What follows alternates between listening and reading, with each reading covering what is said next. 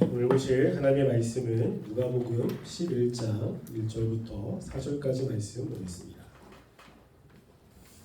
누가복음 11장 1절부터 4절까지 말씀입니다. 우리 한 절씩 교독하겠습니다. 예수께서 한 곳에서 기도하시고 마치심에 제자 중 하나가 여짜오되 주여 요한이 자기 제자들에게 기도를 가르친 것 같이 우리에게도 가르쳐 주옵소서. 예수께서 이르시되 너희는 기도할 때 이렇게 하라. 아버지여 이름이 거룩히 여김을 받으시오며 나라가 임하시며 우리에게 날마다 일용할 양식을 주시옵고 우리가 우리에게 죄지은 자들을 용서하고 우리 죄도 사하여 주시옵고 우리를 시험에 들게 하지 마옵소서. 하라. 아멘. 할렐루야. 아멘. 네, 오늘이 우리 2024년도 마지막 주일입니다. 한 해 동안 하나님이 지켜주시는데 생각하시면서 지냈으면 좋겠고요. 우리가 오늘부터 수련의 말씀을 같이 나누려고 합니다. 제가 이번에 수련의 말씀을 주제를 주기도문으로 잡았습니다. 우리가 주기도문을 많이 외우는데 주기도문이 어떤 것인지를 모르고 외우는 경우가 되게 많이 있습니다. 그래서 그 뜻도 잘 모르고 그리고 그냥 빨리빨리 외우는 일들이 벌어지죠. 근데 의외로 주기도문을 굉장히 많이 외워요. 그 예배를 마칠 때 거의 주기도문으로 예배를 마치잖아요. 그렇게 자주 하는데 이 의미가 무엇인지 모르며 한다면 우리의 신앙에 별 도움이 되지 않을 겁니다. 그래서 주기도문을 함께 좀 살펴보려고 합니다. 좀 자세하게 살펴볼 거고요. 그 전에 기독교인들에게 있어서 정말로 중요한 것들이 있습니다.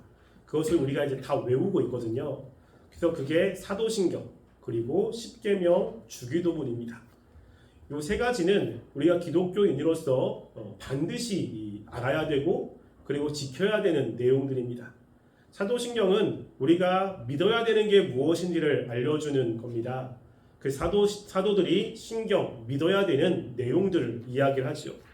즉 초대교회 때에 이단들이 많기 때문에 교회에 이단들이 들어옵니다. 그럴 때 그 사람이 이단인지 아닌지를 구별하기 위해서 사도신경을 만들었습니다.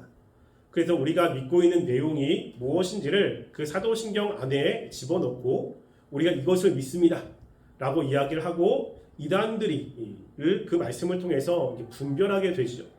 그래서 사도신경 안에 있는 내용을 못 믿겠다 그러면 기독교인이 아닙니다. 그래서 모든 기독교인들은 사도신경의 내용을 믿게 됩니다. 또 십계명이 있죠.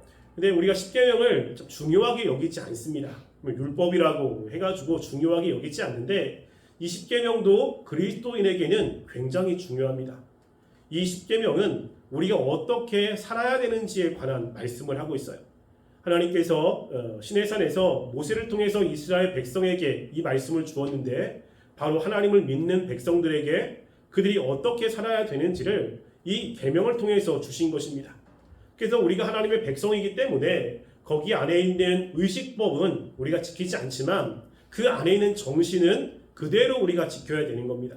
또 예수님께서 마태복음에 보면 옛사람이 너희에게 이렇게 얘기했는데 내는 너희한테 이렇게 얘기한다 라고 하는 내용에 보면 그 내용이 대부분 십계명의 내용을 그대로 가지고 옵니다.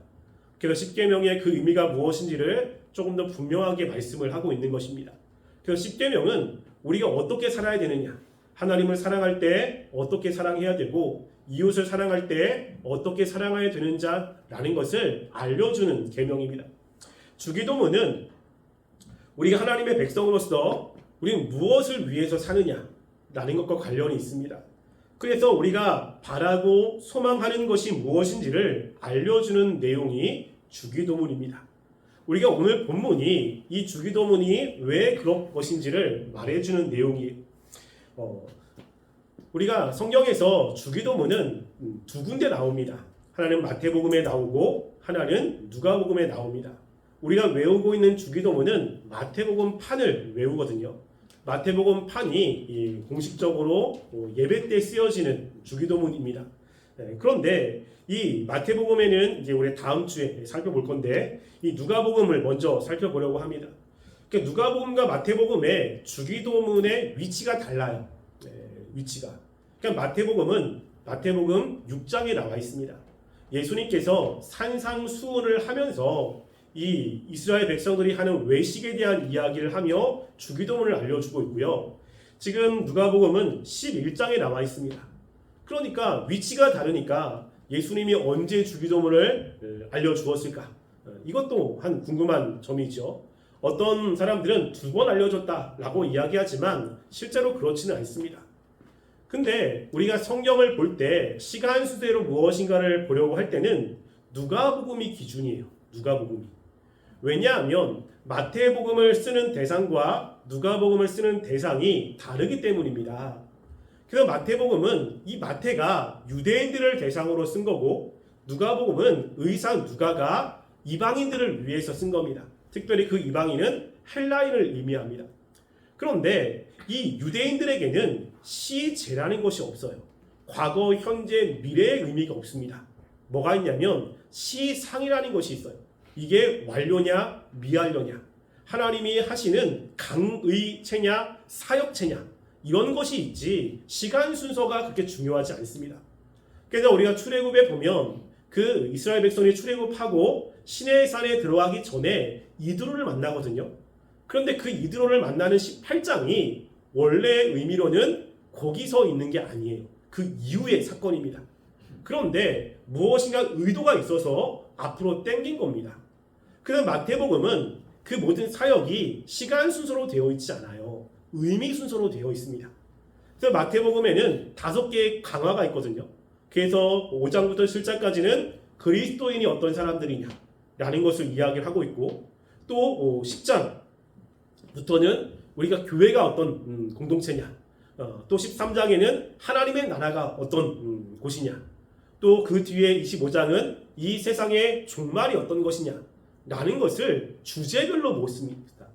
그러니까 시간이 그렇게 중요하지 않아요. 그런데 헬라인들에게는 시간이 굉장히 중요합니다. 언제 시작됐느냐. 그래서 누가복음은 시간 순서로 거의 기록이 되어 있습니다.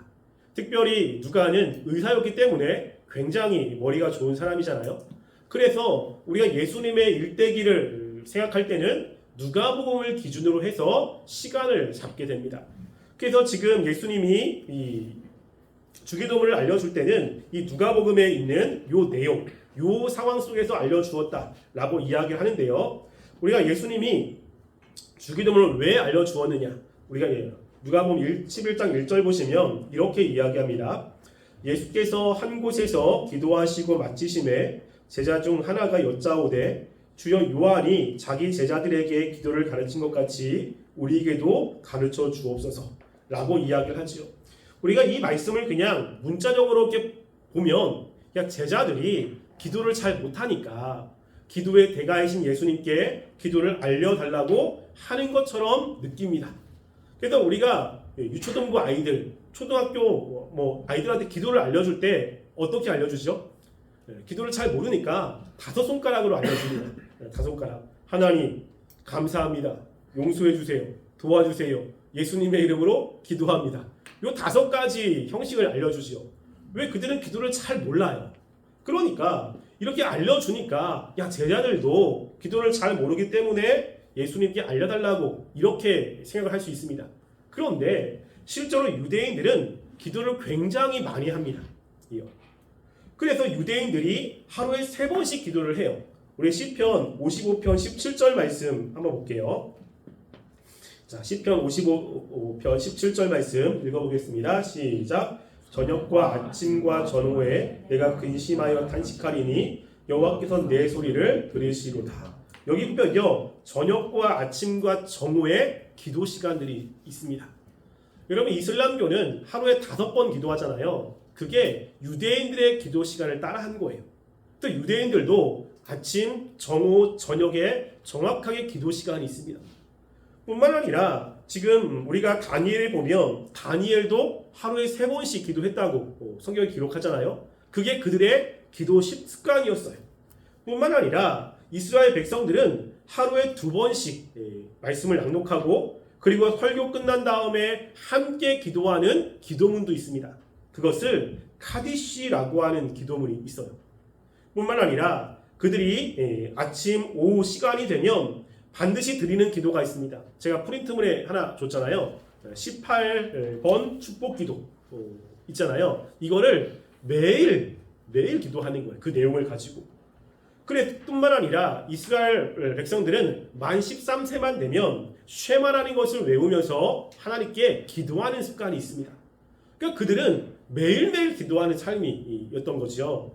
그런데 그들이 그렇게 기도를 잘 하는데 예수님께 왜 기도를 알려달라고 했을까요? 그들이 기도 생활이 없다면 당연히 알려달라고 했을 텐데 그들의 삶이 기도예요. 어렸을 때부터 부모님에게 기도를 배우고 그들도 매일매일 기도하면서 커왔던 사람들이거든요. 그러니까 기도를 너무나 잘 알고 있는 사람인데 예수님에게 왜 기도를 알려달라고 했을까라고 하는 거죠. 그 이유가 있습니다. 그 이유는 바로 이스라엘 백성들의 그런 배경과 관련이 있는데요. 이스라엘 백성들은 그 자신들이 속해 있는 공동체가 있습니다. 특별히 신약에 보면 바리새파, 에셈파, 사두개파 그리고 열심당들이 있잖아요. 근데 하나님께 열심히 있는 사람들은 자신의 공동체가 하나님을 위해서 어떻게 해야 되는지 그리고 하나님의 나라를 회복하기 위해서 자신들의 공동체만 가지고 있는 사명을 기도문에 만들어 놓습니다. 기도문에. 그래서 바리새인들은 회개하고 율법을 철두철미하게 지키고 하나님께 헌신하여 메시아가 빨리 오도록 그들이 기도하며 노력하고 있고요. 에세파는 쿰난 동굴에 응거하면서 구약을 연구하고 회개하고 율법을 지키면서 하나님의 나라를 도래하게 하는 것을 기대합니다. 그러니까 그들은 자신들만의 어떤 하나님의 나라를 위한 사명을 기도로 만들어 놓은 거예요. 그러니까 그들이 기도할 때마다 그 사명을 인식하게 되는 거죠. 이런 배경 속에서 예수님께 이야기하는 겁니다. 예수님, 요한의 제자들에게 기도문을 알려줬습니다. 세례 요한이 봤을 때 하나님의 나라를 위해서 우리 공동체는 이런 것들을 해야 된다 라는 것을 기도문에 만들어 놓은 것처럼 예수님 당신을 따르는 우리들이 하나님의 나라를 위해서 어떻게 해야 되는지 기도를 알려주세요 라고 하는 내용이 이 주기도문입니다. 그래서 예수님께서 하나님의 나라를 잘 아시고 그 나라를 회복하기 위해서 왔기 때문에 하나님을 믿는, 즉 예수님을 믿는 사람들은 이러한 삶을 살아야 된다 라는 것이 기록되어 있어요. 그래서 그 기도의 제목이 6가지로 되어 있습니다. 우리 잘 아시죠? 그럼 주기도문 잘 외울 수 있죠? 한번 외워볼까요? 밑에 보지 말고 함께 외워보겠습니다. 전능하사 아닙니다. 전능하사 아니고요. 자, 외워보겠습니다. 시작. 하늘에 계신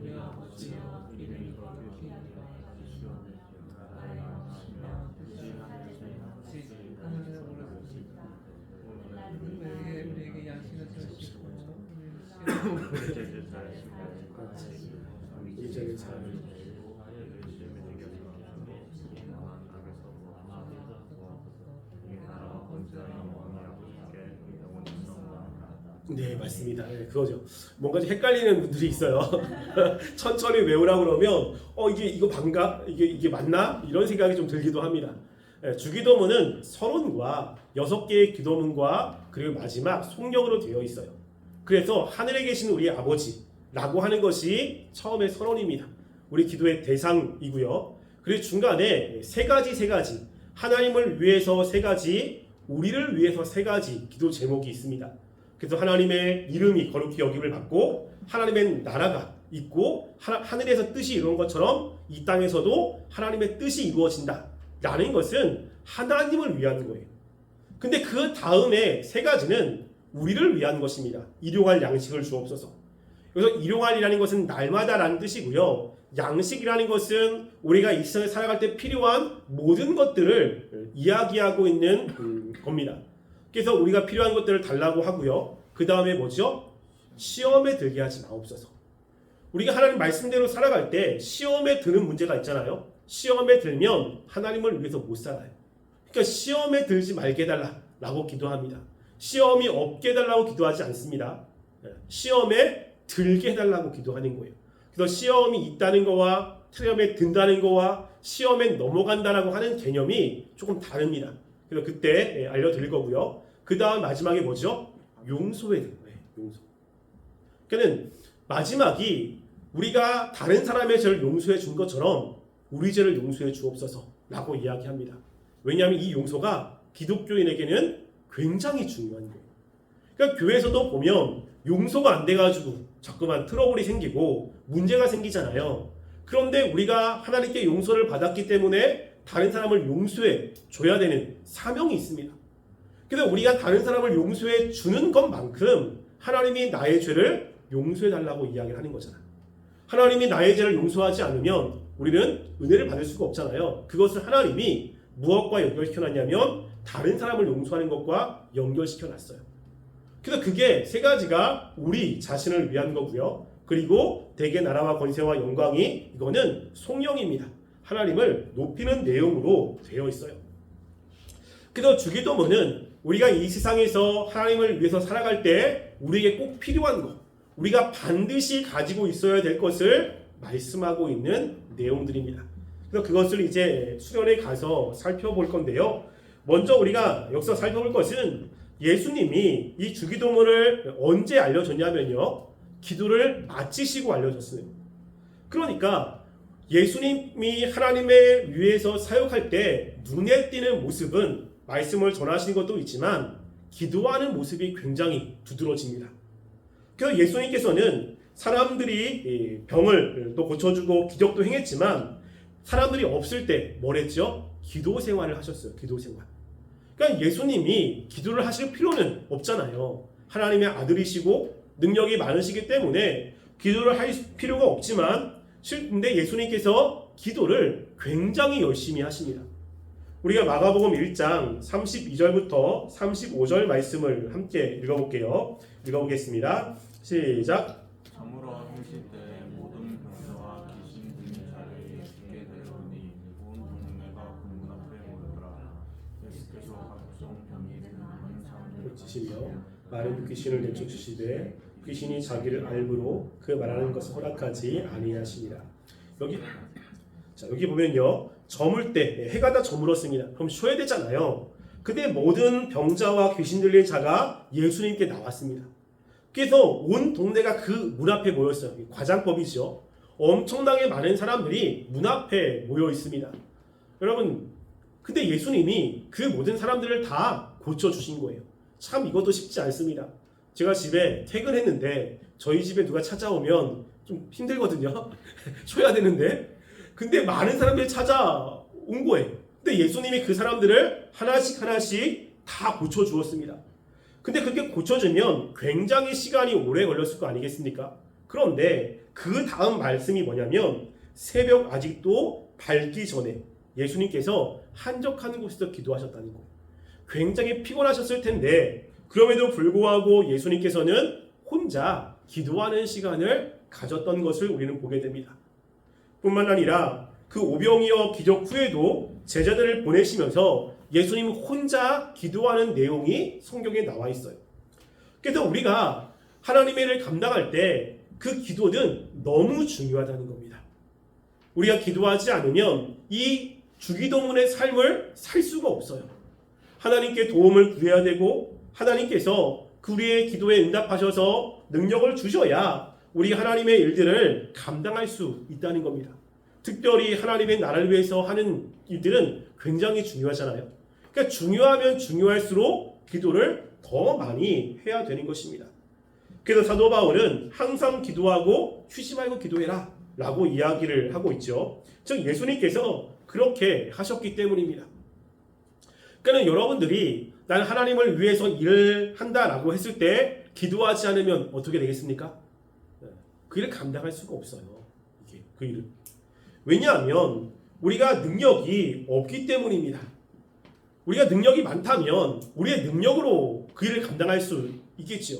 그런데 우리 하나님의 나라를 위해서 하는 일들은 우리 힘으로 감당할 수가 없습니다. 왜냐하면 우리가 하나님의 일을 할 때 방해하는 세력이 있잖아요. 누가 방해하죠? 마귀가 방해합니다. 마귀가 방해하고 우리가 주의 일을 감당할 때 또 우리 안에 있는 죄성이 그걸 하지 못하도록 역사를 하죠.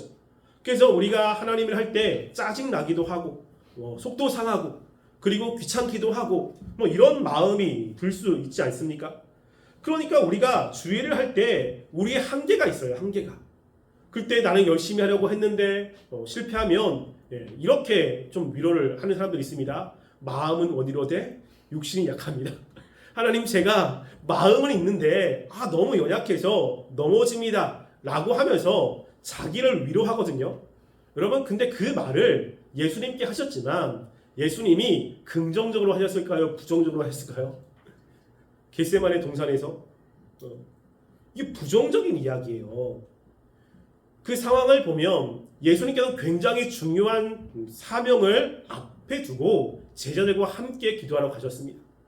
예수님은 제자들에게 한 번도 기도를 부탁해 본 적이 없는데 처음으로 부탁하는 거예요. 나를 위해서 기도해 줘라. 예수님의 마음이 너무 힘들었던 겁니다. 그러면 제자들이 예수님이 그렇게 부탁했다면 기도해야 되는데 잠을 자고 있는 거예요. 옆에서. 예수님의 마음은 갈기갈기 찢어집니다. 너무 힘든 거죠. 근데 제자들이 자고 있는 모습을 보며 그래, 너의 마음을 안다. 근데 육신이 약하니까 자라 라고 이야기를 했겠습니까? 여러분들이 일을 하는데 너무 힘들어. 기도해달라고 부탁을 했습니다. 또 같이 기도 자리에 왔는데 나는 죽겠어. 근데 옆에서 잠을 자고 있네. 여러분, 그러면 그 모습이 정말로 사랑스럽겠습니까? 그렇지 않죠. 좀 기도해달라고. 이게 그 좋은 의도로 이야기하는 게 아닙니다. 이게. 그래서 우리가 그런 말을 할 때 하나님, 제 마음 아시죠? 근데 제가 육신이 약해서 어쩔 수 없습니다. 이런 식으로 얘기하면 안 됩니다. 이게 마음이 있다면 어떻게 해야 되죠? 일어나서 기도해야 되는 거잖아요. 마음이 없다는 거예요. 마음이. 그래서 우리가 하나님의 말씀대로 살 때 우리의 연약함이 분명히 있습니다. 그러니까 그 연약함을 위해서 하나님께 기도하는 삶이 필요하다는 거죠. 우리가 죄와의 싸움을 살 때 우리가 이 죄를 결코 이길 수 없습니다. 여러분, 죄의 힘이 얼마나 강한지 아시죠? 우리가 보통은 잘 몰라요. 그런데 죄와 싸우려고 하면 죄의 힘이 느껴집니다. 제가 되게 좋아하는 스포츠 가운데 하나가 래프팅을 좋아합니다. 2번 타봤습니다. 2번. 근데 굉장히 재밌더라고요. 그래서 제가 처음에 여기 괴정중앙교회 왔을 때 우리 래프팅 한번 타러 가자 막 얘기를 했는데 너무 재밌는 거야. 근데 다들 시큰둥해가지고 그래서 제가 이제 경기도에서 래프팅을 타는데 이 물살이 너무 재밌는 거죠. 그래서 하기 전에 그 안전요원이 얘기를 하는 거예요. 뒤집어질 수 있다, 배가. 그러니까 조심해라 라고 했는데 믿지 않았습니다.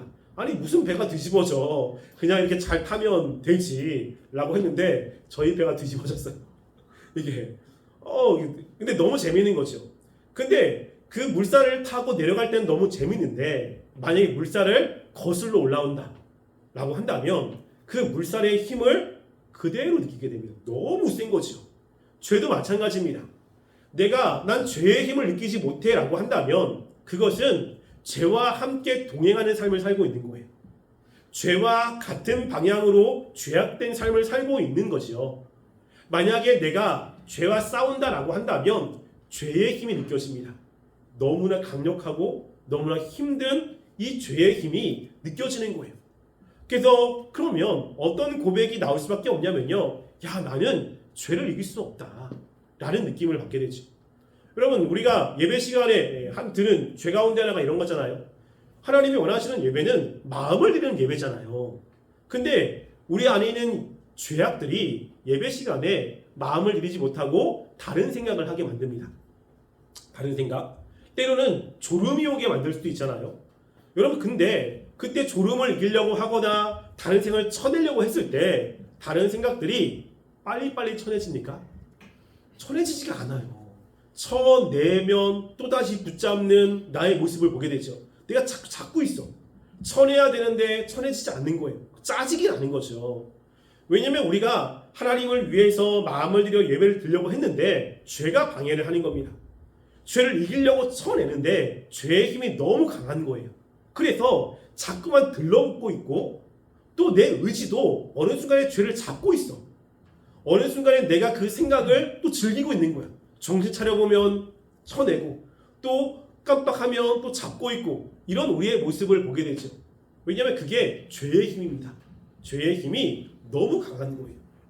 근데 우리는 죄를 결국 이길 수 없기 때문에 뭐가 필요하죠? 기도 생활이 필요한 겁니다. 기도 생활. 그 기도할 때 다른 게 아니라 하나님 내가 내 안에 있는 죄를 이기게 해주세요. 내 안에 있는 죄와 싸워서 승리할 수 있는 힘을 주세요. 라고 기도해야 됩니다. 그래서 예수님도 하나님의 아들이시지만 이 땅에서 여러 가지 공격들을 받게 됩니다. 바리새인들의 공격, 뿐만 아니라 마귀의 공격, 또 예수님께서 육체를 가지고 있기 때문에 육체의 한계도 느끼게 되죠. 근데 그럼에도 불구하고 하나님의 사역들을 감당해야 되기 때문에 예수님이 기도를 하신 거예요. 조용히 혼자 하나님과 관계 속에서 하나님의 은혜를 사모하며 기도를 한 것입니다. 그게 예수님이 그랬다면 우리는 더더욱 기도해야 될 필요성이 있지 않겠습니까? 우리는 더더욱 하나님께 기도하는 삶을 살아야 되는 거예요. 그래서 기도하지 않으면 하나님을 위해서 결코 살 수가 없습니다. 기도하지 않으면 하나님의 일을 감당할 수 없습니다. 스스로는 내가 주님의 일을 감당할 수 있을 거라고 생각할 수 있어요. 근데 그거는 착각이에요. 우리가 그 일을 통해서 하나님의 나라가 세워지는 게 아니라 내가 잘하고 있다고 하는 자기 의만 세워지게 됩니다. 그래서 정작 우리의 삶에 하나님의 은혜와 하나님의 역사하심들이 있기를 원한다면 무엇을 해야 되죠? 기도해야 돼요. 기도. 그래서 시간을 정해서 조금이나마 기도해야 됩니다. 여러분 근데 기도가 쉬워요? 어려워요? 진짜 어렵습니다. 저도 기도 어렵거든요. 그래서 마틴 루터는 기도를 뭐라고 정했냐면 거룩한 노동이다. 그 일이 거룩한 거잖아요. 근데 노동이에요. 너무 힘든 겁니다. 여러분 기도할 때 가장 힘든 게 뭐예요? 가장 힘든 게 졸음도 있지만 마음이 쏟아지지 않아요. 우리가 집중해야 되잖아. 마음을. 근데 기도할 때 마음이 냉랭한 겁니다. 그리고 기도를 열심히 해도 무엇인가 하나님께 집중이 잘 안 되고 이런 게 가장 힘들어요. 졸음은 이제 그 다음이고. 근데 여러분 기도는 해야 되는데 그렇게 기도하고 난 다음에는 뭐가 찾아오냐면 허무함이 아마 찾아올 거예요. 열심히 기도했을 때는 좀 다르지만 네가 기도하는데 마음도 없이 그냥 중얼중얼 하면서 이제 기도하고 나면 기도에 허무함이 좀 찾아오거든요. 내가 뭐 했지? 이렇게 기도해도 되나? 라는 생각을 좀 갖게 됩니다. 그리고 많은 사람들이 기도할 때 하나님 앞에 마음을 쏟으려고 몸을 흔들거나 같은 주여주를 반복하거나 나름대로 노력을 하거든요. 됩니까? 안 됩니까? 안 돼요. 이게 이제 우리를 굉장히 힘들게 만드는 겁니다. 여러분 그때 기도는 무엇인가 말을 빨리 하면 안 되고요. 하나님께 집중할 때 중요한 것은 생각이에요. 생각. 제가 찬양할 때도 그렇거든요. 찬양은 리듬이 있고 그런데 하나님의 찬양할 때 제일 중요한 것은 저는 가사를 굉장히 묵상을 많이 합니다. 그 단어 하나하나를 묵상하면서 찬양을 하거든요.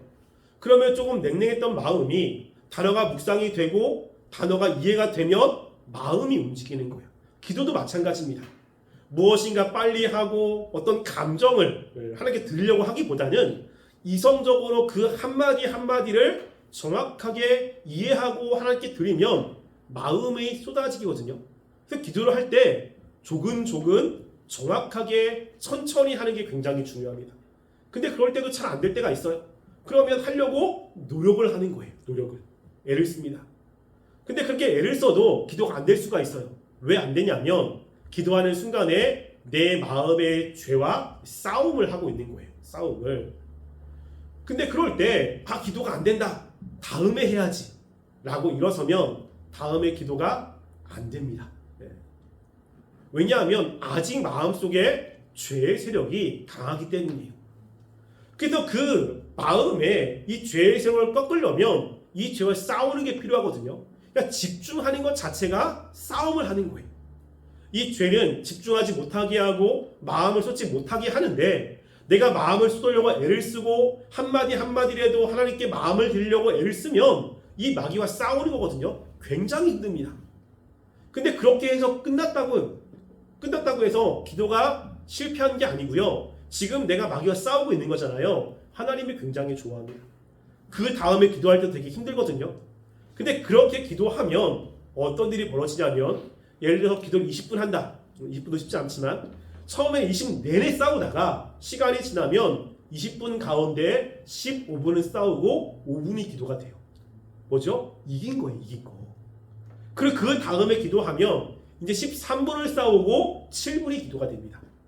이러면서 하나님께 마음을 쏟아지는 시간이 점점점 짧아지는 것을 경험하게 될 거예요. 무엇입니까? 죄를 이기고 있는 거예요. 이게. 이러면서 기도를 회복해야 되는 겁니다. 그래서 안 된다고 안 하면 기도가 더 안 되고, 그리고 우리가 기도를 못하면 하나님의 일을 감당할 수 없잖아요. 근데 어떤 사람들은 그래요. 기도할 때 너무 힘드니까 본인 스스로 야 내일 기도해자 라고 일어나잖아요. 그래서 내가 마음만 먹으면 난 기도할 수 있어 라고 말하는 사람들이 있습니다. 내가 마음을 안 먹어서 그렇지 마음만 먹으면 집중해가지고 내가 기도할 수 있다라고 이렇게 장담하는 사람들이 있는데요. 본인의 착각입니다. 마음을 안 먹어서 기도가 안 되는 게 아니라 기도를 못하기 때문에 안 되는 거예요. 이게. 그래서 우리가 기도를 시간을 정해놓고 하는 게 굉장히 중요합니다. 오랫동안 할 생각하지 마시고요. 짧게라도 하나님 앞에 기도할 수 있는 시간을 확보하셔야 돼요. 저녁 시간에 편하면 저녁에 하는 거고요. 새벽에 편하면 새벽에 하는 겁니다. 근데 많은 사람들이 새벽에 한 이유는 성경에도 새벽 기도가 나오잖아요. 예수님도 새벽 미명에 기도했다고 하잖아요.